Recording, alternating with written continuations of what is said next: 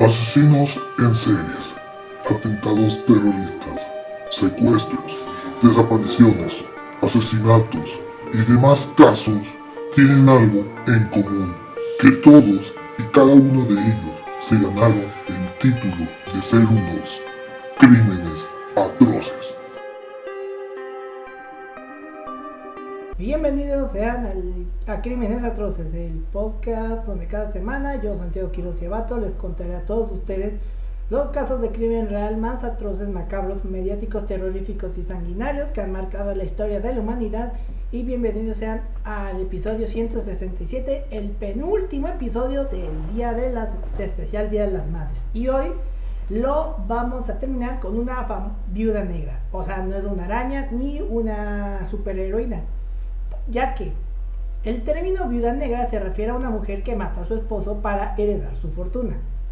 Pues bueno, entre 1884 y 1908, una mujer asesinó a un estimado de 14 personas, aunque algunos especulan que pudieron ser 40 personas, la que la convirtieron en la asesina en serie más prolífica de la historia de la criminología.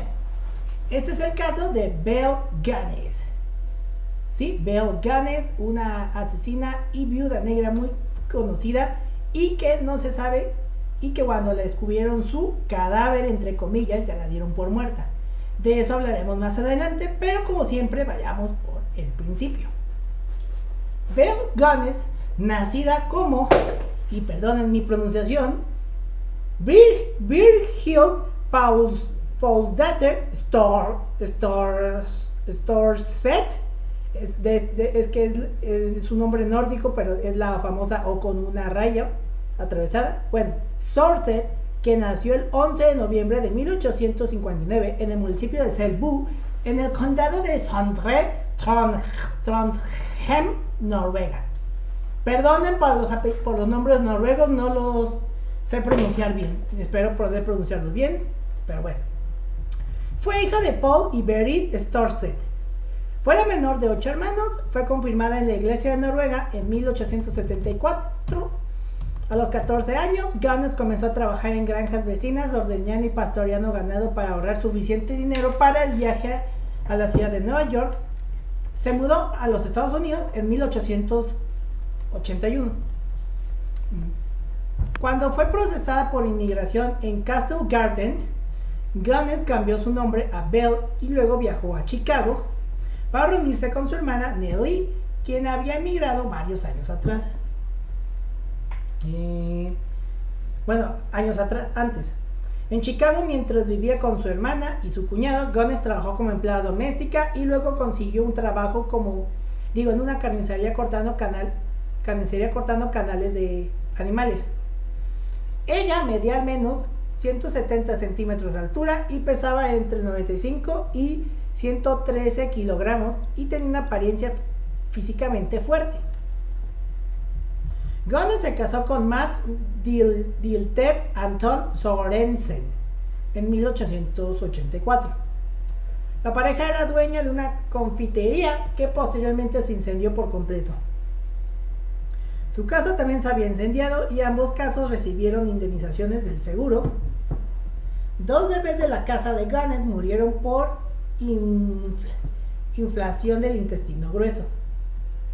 Gunness había asegurado a ambos niños y cobró una gran suma de dinero tras cada fallecimiento. Los vecinos murmuraban sobre los bebés, ya que Gunness nunca parecía estar embarazada. Sorensen había contratado 2 pólizas de seguro de vida.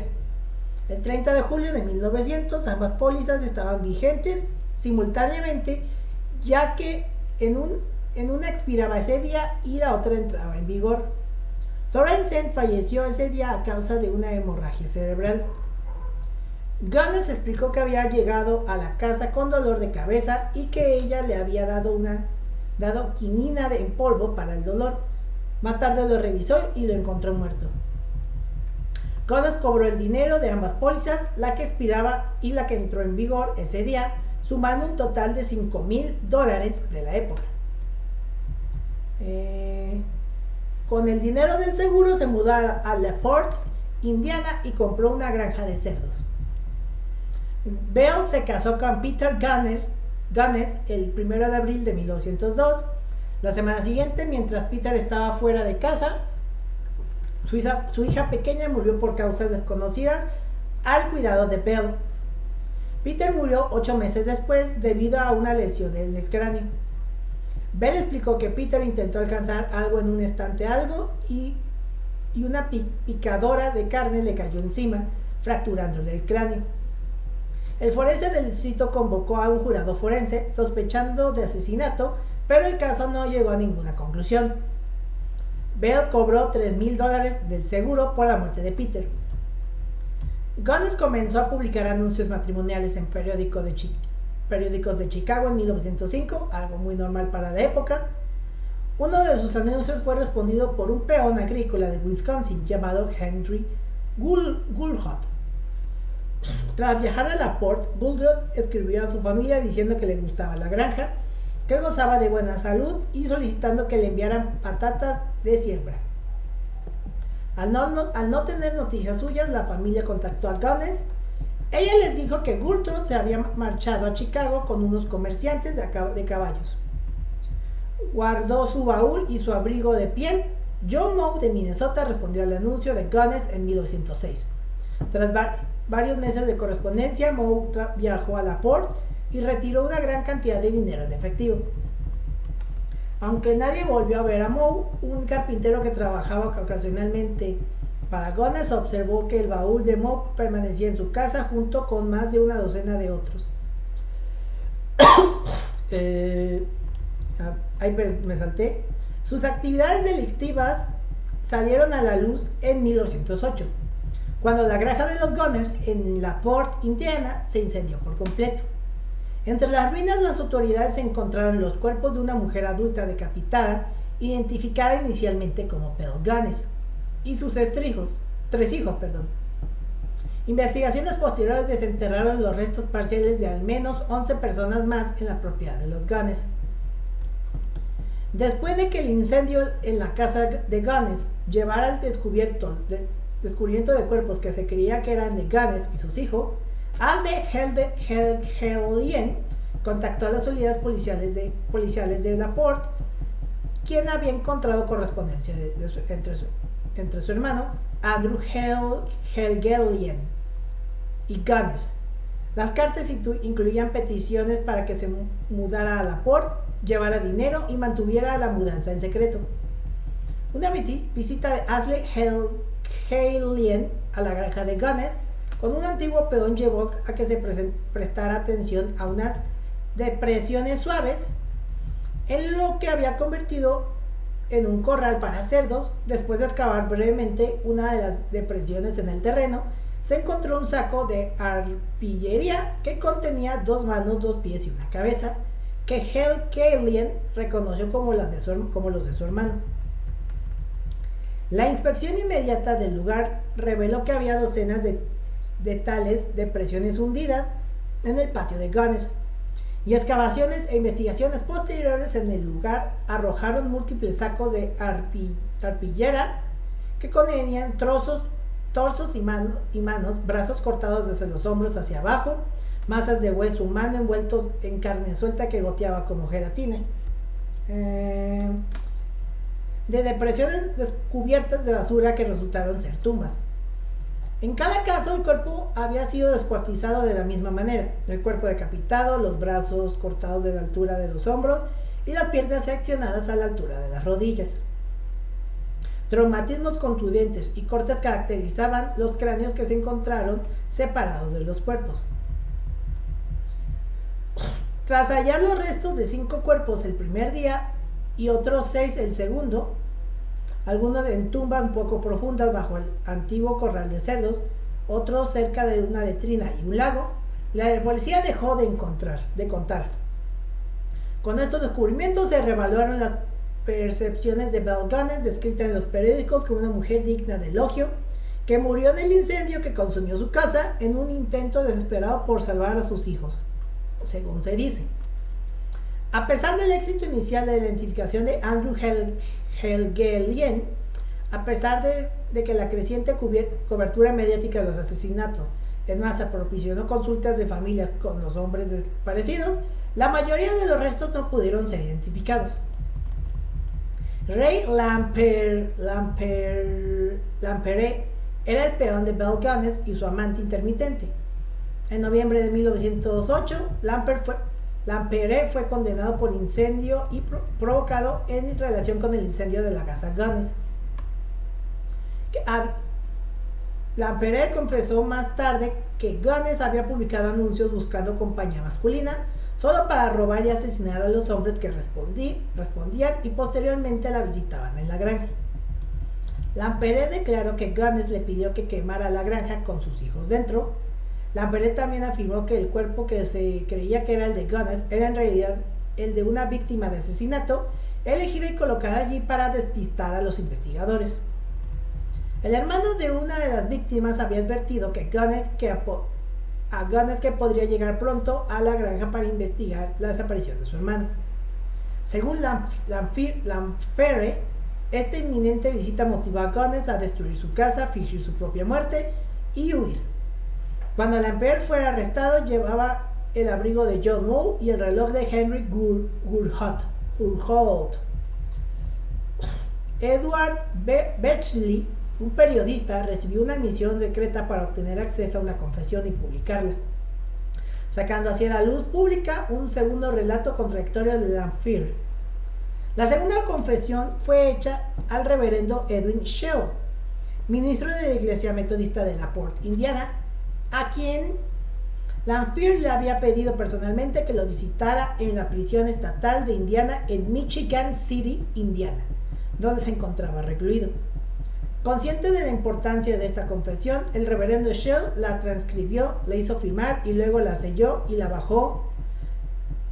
guardó bajo llave en su caja fuerte personal.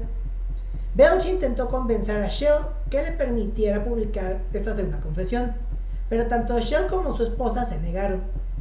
Sin embargo, otro periódico publicó un artículo con especulaciones sobre la segunda confesión de Lampere. Shell ofreció la confesión a Belchi, quien posteriormente la publicó. La publicación de la confesión de Lampere resultó en el arresto posterior de su cómplice Elizabeth Smith. Gunness, volviendo a ella, fue declarada muerta a pesar de que el médico que realizó la autopsia testificó que el cuerpo sin cabeza era de 5 pulgadas más bajo y pesaba aproximadamente 50 libras menos que Gunness. No se dio ninguna explicación sobre lo que sucedió a la cabeza del cuerpo. Si Gunness murió en el incendio o escapó, siguió siendo incierto, aunque el sheriff culpó a un reportero del Chicago American de inventar la historia de la fuga, entre comillas. Los supuestos avistamientos de Gunness en el área de Chicago continuaron mucho después de que fuera declarada muerta. En el 2008 se realizaron pruebas de ADN al cadáver sin cabeza en un intento de comprobar el ADN del cadáver con una muestra de una carta de Gunness que Gunness había enviado a una de sus víctimas, pero debido a su antigüedad la muestra no pudo ser analizada correctamente. Después de que los crímenes de Gunness salieran a la luz, la granja de Gunness se convirtió en una atracción turística. Espectadores de todo el país vinieron a ver las fosas comunes y se vendieron concesiones y recuerdos, como siempre pasaba en esa época.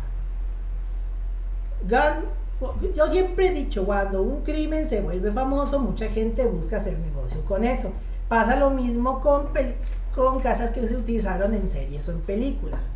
Si ya recordarán y son fanáticos de este podcast, ya saben que así le ha pasado a la casa de Amityville, a la casa de Joe Gacy, al edificio donde vivía Dahmer, etcétera, etcétera, etcétera. Bueno, volviendo a la cultura popular, Gunness ha sido tema de al menos 2 baladas musicales estadounidenses. Stuart H. Holbrook escribió un breve relato de los asesinatos de Gunness en Belle of Indiana, en su libro From Murder Out Yonder, en 1941, que también se publicó en el All Mystery Magazine de 1950. Method, una película del 2004, está protagonizada por Elizabeth Hurley como Rebecca, quien interpreta a Gunness en una película dentro de la película, filmada en Rumania. En 2017, el podcast de crímenes reales My Favorite Murder lanzó un episodio en vivo que detalla los crímenes de Gunness. The Farm, una película de 2021 protagonizada por Tracy Lords, está basada en Gunness. Hell Princess, The Mystery of Gail Gunness, Butcher of Men, es un libro de no ficción de 2018 de Harold Schechter sobre la vida de Gunness. In the Garden of Spite, a novel of the Black Widow of Laporte, es una novela de 2021 de Camilla Bruce basada en Gunness. Fue publicada en el Reino Unido con el título Three First Need Not a Plea, My Man, una novela noruega de 2023 de Victoria Kjelljan.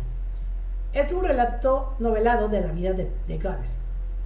Y en 2024 la novela Bajo Tierra Seca de César Pérez Gila, que fue galardonada con el Premio Nadal Español, se inspiró en Gunness. Y este fue el caso de Gail Gunness. Sí, un caso aterrador y muy asqueado terminé yo de escribir, pero bueno, con esto no es precisamente una madre, pero sí asesinó a sus hijos, aparentemente. Pero bueno, también no sabemos si ella sí murió en el incendio o no. Ese es un misterio que jamás se resolverá. Pero mientras, díganme sus teorías. Si murió, no murió, déjenme en sus teorías. Por lo tanto, no olviden seguirnos en redes sociales. Estamos en Instagram como @crimenesatrocespodcast y en Twitter como @crimenesatroces. A mí me pueden encontrar como SantQS99 en Twitter y @SantiQS99 en Instagram. Con esto me despido, nos escuchamos la próxima semana. Hasta la próxima, muchas gracias. Asesinos en series, atentados terroristas, secuestros, desapariciones, asesinatos y demás casos tienen algo en común, que todos y cada uno de ellos se ganaron el título de ser unos crímenes atroces.